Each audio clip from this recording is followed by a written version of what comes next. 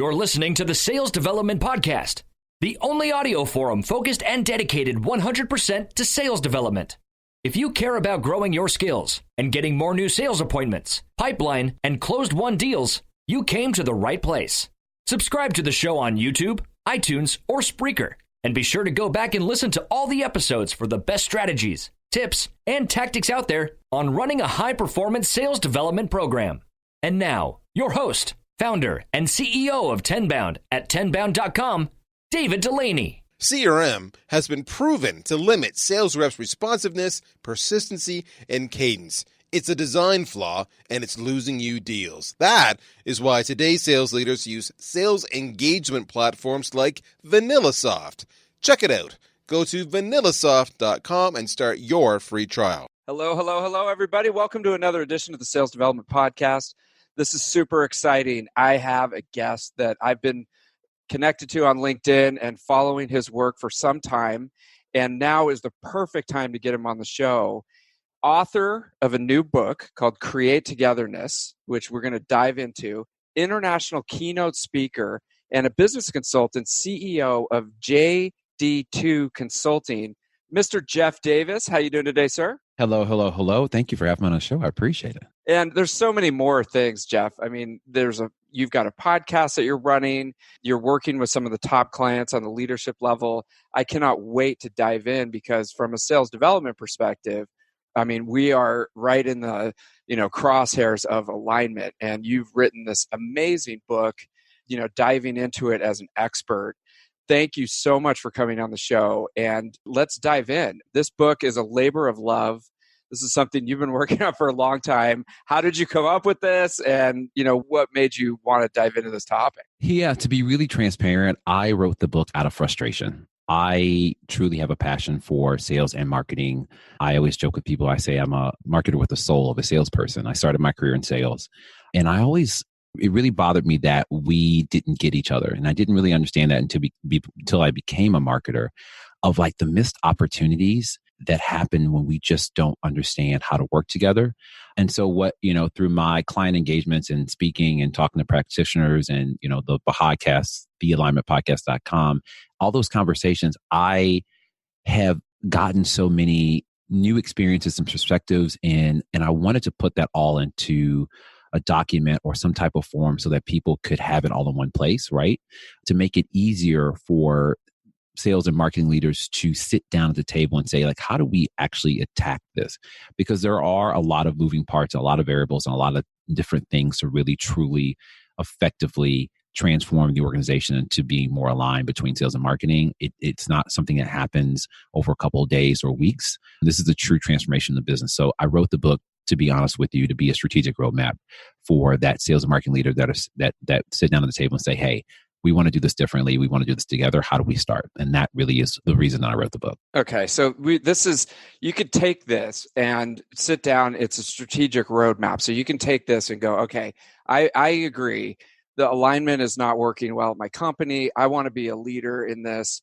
Jeff wrote this book. I can sit down and look at this from a strategic perspective and implement this in my company. Is that right? Yeah, absolutely. And so really the use case is for that head of sales, head of marketing to, read it on their own because it helps you self-diagnose, really is sales and marketing misalignment an issue? It's stereotypically an issue for all companies at some degree, but is it such an issue that it really is an impediment to you successfully achieving and hitting your revenue goals?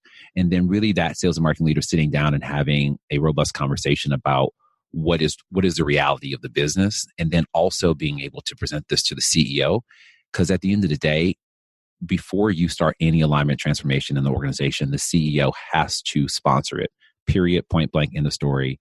And I talk about it, in the book, that if you are in a company where you're trying to do this from the ground roots only, it will be short-lived if it will work at all. And you have to really communicate clearly the business case to the CEO of why we should be bubbling this up to the top, because at the end of the day, alignment really truly has become a strategic advantage. Okay.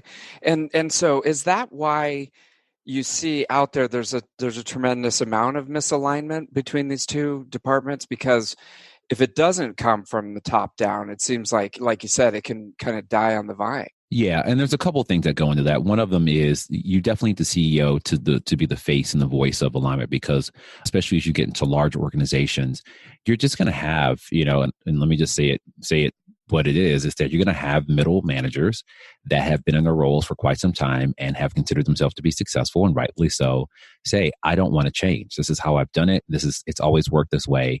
Why should I change? And you, as a counterpart or a subordinate, trying to convince them that this is the way the business is going, you just don't have enough influence and leverage. And if you don't have that backing of the CEO, the reality of things is we can't move the Titanic. We'll just rowing, single oars, right? We need the leadership to say, we have, drawn a line in the sand.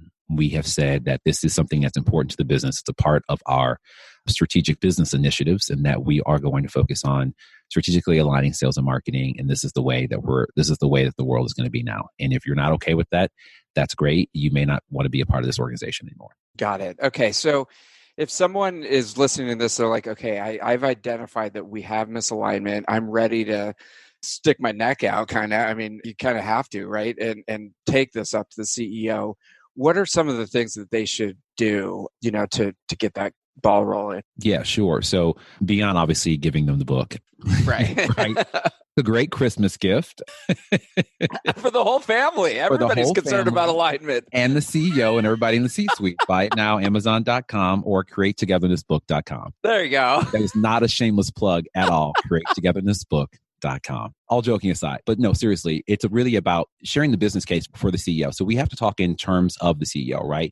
We just can't go in and talk about sales and marketing should get along and hold hands and have more meetings. Like, the CEO doesn't care. At the end of the day, you have to make the conversation about revenue. And what we know overwhelmingly at this point, that revenue is significantly impacted by the degree in which you are aligned across sales and marketing. Year over year, we've had examples. CSO Insights, the perfect example, that sales reps are not hitting quota.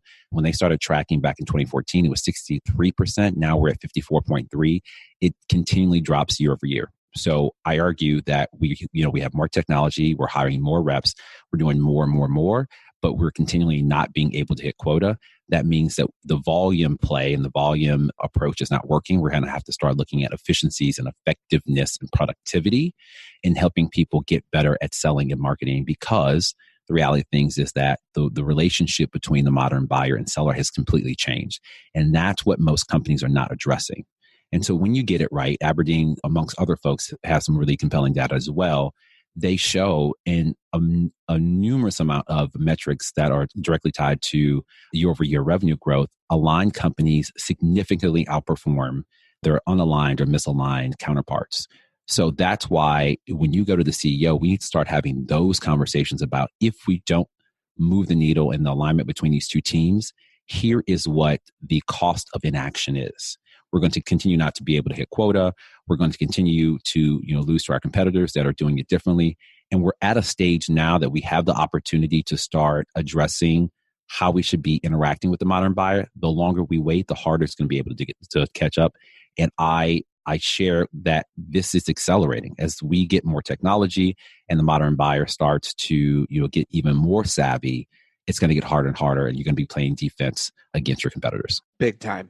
And so challenges wise in having this conversation, you mentioned one is, hey, we've been doing this for a long time. It's working for me. I've got my Rolex over here. I got my, what are those Mercedes? Those really nice. Yeah, I'm doing well, Jeff. So why should I stick my neck out here? So there's a couple of different answers there. And to be honest with you, I always look at misalignment as a cancer. Misalignment, it really eats at the core of your business, because what it really does is it sucks your effectiveness, its efficiency, and productivity. And many times you don't feel it until it's too late, and you have to completely turn left in order to be able to avoid disaster, right? And so for a lot of people, they're like, oh, this misalignment issue, it's kind of a thing. Maybe it's not a thing. It really is, a silent killer to the business. And so what I think that a lot of people in the B2B space have not really 100% recognized is that we truly are in the middle of a seismic shift in the way that we do business in B2B. There's no way around it. Like any other industry has been disruptive, whether it be, car buying, whether it be SaaS software, whatever it be, we are in the middle of that. And I don't think that we have fully internalized that the modern buyer-seller relationship really has been disrupted and really is led to basically information inequality. And that's not necessarily a new phenomenon, like we've always had that, but we, the seller, have always been the guardian of that information and been able to use that to basically control the relationship. Well, that is completely gone and done and over. And so we are now at the mercy of the buyer, and they really are driving the bus and telling them, like, look, I'm having these amazing experiences on the B2C side of the house, outside the office. I am starting to expect that from you. So if you don't do that, I'm going to take my money and take my budget of dollars and give them to somebody else. Got it. Okay. So let me ask you, should, the structure of these departments be, reformatted? In other words, we set up sales and marketing and product development in these silos like a long time ago to support an industrial factory, type of economy. But now things have changed so much. I mean, we are used to the B2C buying cycle, and now we want that in the B2B. Should we change the structure of the companies and stuff like that, or is that too radical right now? I don't think it's too radical, but I'm always cautious to say a direct yes or no to that, because I think it does matter on the industry that you serve and the company structure. I will say this: I don't necessarily think that silos are 100% bad. There are benefits to being within a group where you have a functional expertise and that you are around counterparts that can help you really hone in and become better at what you do, right? I don't believe that salespeople should become marketers, and I don't believe that marketers should become salespeople. They have two really interdependent skill sets, but there is so much to learn to be an effective marketer by itself in 2020 and beyond. And the same thing on the sales side of the house. To muddy the waters and say you have to be an amazing digitally focused salesperson, plus you need to be a marketer, I think is really not fair, and nor is it the best approach.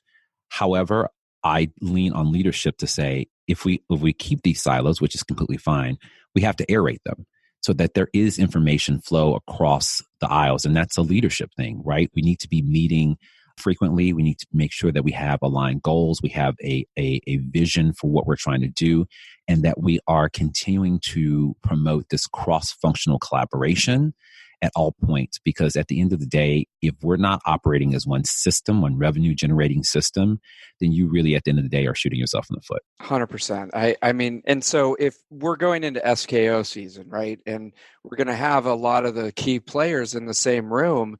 So say they get the book, they read it, they're like, okay, we're bought in, Jeff. Like, we want to get this going. Like, how could they potentially use that SKO time to kick off something? Yeah, I mean, I recently had Tony Hughes on the podcast, and we were talking about this, and I love what he said, is that the sales kickoff meeting really should be about empowering salespeople to be able to perform at their best, right?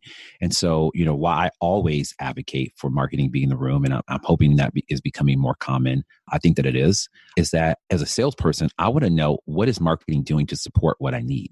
This is the time for marketing to really get up on stage and sell themselves to sales, to sell, to say like, look, this is what we're seeing in the market. This is what we're doing for you. Let us know what else you need. I suggest them, as they do breakouts, to, go to those individual teams and ask questions about that region or that team. What do they need? Listen to, them as they do workshops or whatever they're doing, so that you can hear the language that they're using, give your input, give your feedback of what you're hearing. And then, really show that you're invested in the selling process as well as a marketer. That's when salespeople will, gain respect for you. They will start to trust you, because you're not just on stage for a company-wide meeting talking about what you did and how you've performed all of these amazing things. You are coming to the sales kickoff meeting to say, our work and our success is dependent on you being able to successfully close business. And these are the things that we feel that we can do to contribute to you being successful this year. And that really is, in my mind, the best way to leverage a SKO or a sales kickoff meeting. Got it. And what should the marketers expect from sales, on the flip side? When I used to go to sales kickoff as the marketing leader, I did a lot of listening. and was really there to get feedback on what they thought. Because, for many times, this was the first time for the sales reps to see a lot of strategy. Stereotypically, the sales leadership had some kind of preview or kind of knew what was coming. But for the sales reps, a lot of times this was completely new. And I wanted to hear what they thought. Not only did I want to get, feedback on, did they think this was, the right way to go and how would they implement this, but also to see, were they sold on the strategy? Because if I got a lot of pushback on, we don't think that's going to work, or that, we might need to do some more and better selling to the sales reps, right? Because the strategy could be great, but if they're not convinced that it's, what they A, should be doing, or B, want to do, or know how to do, there's still an opportunity there to get better at making sure that the sales team understands what the marketing team is going to accomplish. So I would encourage marketing leaders to not go there and just tout what they've been doing, but to really sell the work that they've done, and also do a lot of listening and then reporting back to say, we heard you at the sales kickoff meeting. Here are some of the things that we took back, et cetera, et cetera. Are you in sales, but you're not using a sales engagement tool? Then you're probably losing out on revenue because you are not engaging with prospects at the right time, with the right cadence, and with enough persistency. You need VanillaSoft. Start your free trial today. Go to vanillasoft.com.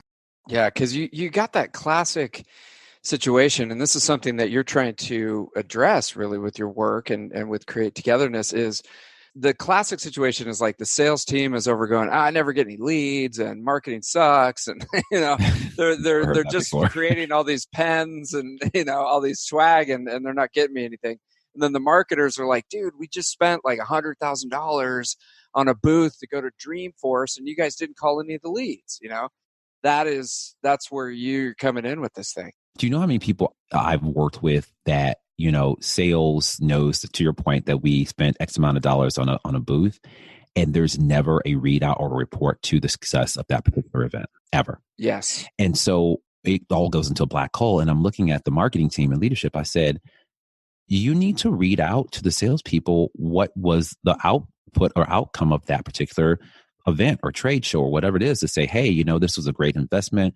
We delivered to you, 2,500 leads. Of those, 8, I don't know, I'm making up numbers, 8% converted to generated pipeline. That's the type of information that actually sales reps want to know, because it gives them a dotted line between what marketing is doing and how it directly impacts them. And there's this assumption on the marketing side of the house that those are marketing metrics and data, and that salespeople don't care about that type of information. And I would actually argue the exact opposite. When you're able to share those things and tie it directly to either pipeline or how they have been able to hit quota, that is how you build a better relationship and show that marketing is not just here updating a website or creating sales collateral, but we are doing activities and campaigns that are directly impacting your ability to close business. I love it. And you mentioned metrics. So, what are the metrics that people have been using as far as MQLs, SQLs, like all that? Is that still relevant now, or should we be using a totally different group to metrics to manage something like this? Yeah, so I keep hearing this back and forth about killing the MQL. I'm on the fence, and I get the rationale. I totally do. I'm on the fence.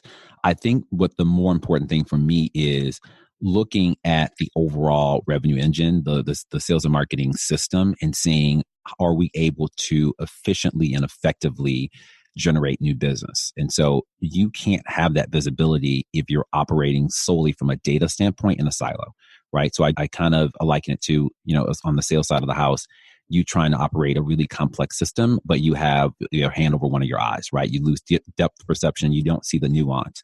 It's only when sales and marketing leaders sit down and understand complete pipeline, everything from that first touch of a marketing piece of collateral or event or whatever it may be, all the way to close, that we can start focusing on optimization. And that's what's the most important to me. I want to look at things like, overall end-to-end conversion. I want to look at, average sales cycle, things like that both of the teams contribute to. I think beyond obviously the number one metric being percent to revenue or percent to goal, I want to start looking at those cross-functional metrics to make sure that we are selling in an efficient way, in an effective way, because just generating revenue without looking at, are we getting more efficient and effective at it, I think misses half of the equation. So it's the overall revenue system, from where they find out about you to they close the deal, and you want to see that whole thing, because I think that's the main kind of complaint from the sales side. It's like, oh, they're up there at the SKO. The marketing team is saying, hey, we got 2,000 MQLs this year, and they're just going, dude, that's a bunch of crap. Like, it's a vanity metric. Like, what does it even mean? So what you're saying is you got to double click on that and really be able to see the whole picture before you just laser in on one of those metrics. Yeah, because if you just report out an MQL metric, like there's no context to a salesperson what that means. And so it's not until you're able to actually understand what it takes to produce an actual new deal on average, right? And then you can say, here's our revenue target. This is, how many deals that represents at the end of the quarter year. And then you back into, that means we need this number of sales qualified leads. That means we need this number of MQLs. And you back into it and to understand what that means. And that's a better way to do it, is to back into those metrics instead of sales, creating their own targets and then marketing creating their own target silos and not having any interdependency on what those targets are. Because it's a very different conversation if I get up at SKO and say, we generated 4,000 MQLs, and at the end of the day, that produced $250,000 worth of pipeline, right? It's a very different conversation. Not only are marketing say, oh, our salespeople saying, I can see how you're contributing to pipeline, but you also start to, demonstrate marketing's ROI, and that you are actually having a direct impact on pipeline and them closing deals. And that's really ultimately where you want to go to. And so it's important that you make that leap and not just report an MQL number, because to be honest with you, that means nothing to a salesperson. 100%. Okay. So just to confuse the situation even more now. So say you're going into a company and, they're interested in what you're doing, but they're not aligned yet. And now they've got a sales development team. So now there's another complexity layered on this situation where there's all these people that are supposed to do something with the leads and set appointments for the sales team. Where does the sales development department fit into this whole thing? Yeah, it's a good question, and I won't pretend that I'm an expert SDR in the marketplace. But again, the SDR is an extension of the sales team, and really what we've got to do, period, on the sales side of the house is we have to sell to the modern buyer in a modern way. And so instead of trying to push our product or service on them, it's about uncovering need and really acting as a consultant. And so in the book, I talk about really the fact that most buyers coming to you don't really know what they need. They will tell you, this is what I need. But, a lot of times it's just symptoms. And so I think the quicker and faster we can, on the sales side of the house, even as early as the BDR stage, really start to help them gain clarity on what their true business issue is, I think that we will be able to gain trust much faster and actually speed up the process, because we'll say, okay, that's great. Stereotypically, when companies come to us and they have these sort of issues, we found that this is the root cause of that issue. And then, we think that these solutions are the best match based on what, we're hearing you say, but they really want that strategic business advisor to become a part of their buying committee, right? And to help them actually reach consensus. So I think you can do that in some type of form, even as early as the BDR role, to not just assume that they know what they need, but to really take a couple beats and say, let's really diagnose what's going on here and let me help you understand what your true issue is. Got it. Okay. And so in your view, do you think that the BDR team should report to sales or marketing? So I'm going to give the exact same answer that Trish Bertuzzi gave on my podcast, thealignmentpodcast.com. And not my words. Alignmentpodcast.com. Got that, folks? Okay, good. Thealignmentpodcast.com. These are my words, Trish Bertuzzi, I should say. And I do agree with her. She said, I don't care. She said, whoever basically has the time, energy, and the expertise to coach and support the team, that's who should be in charge of it.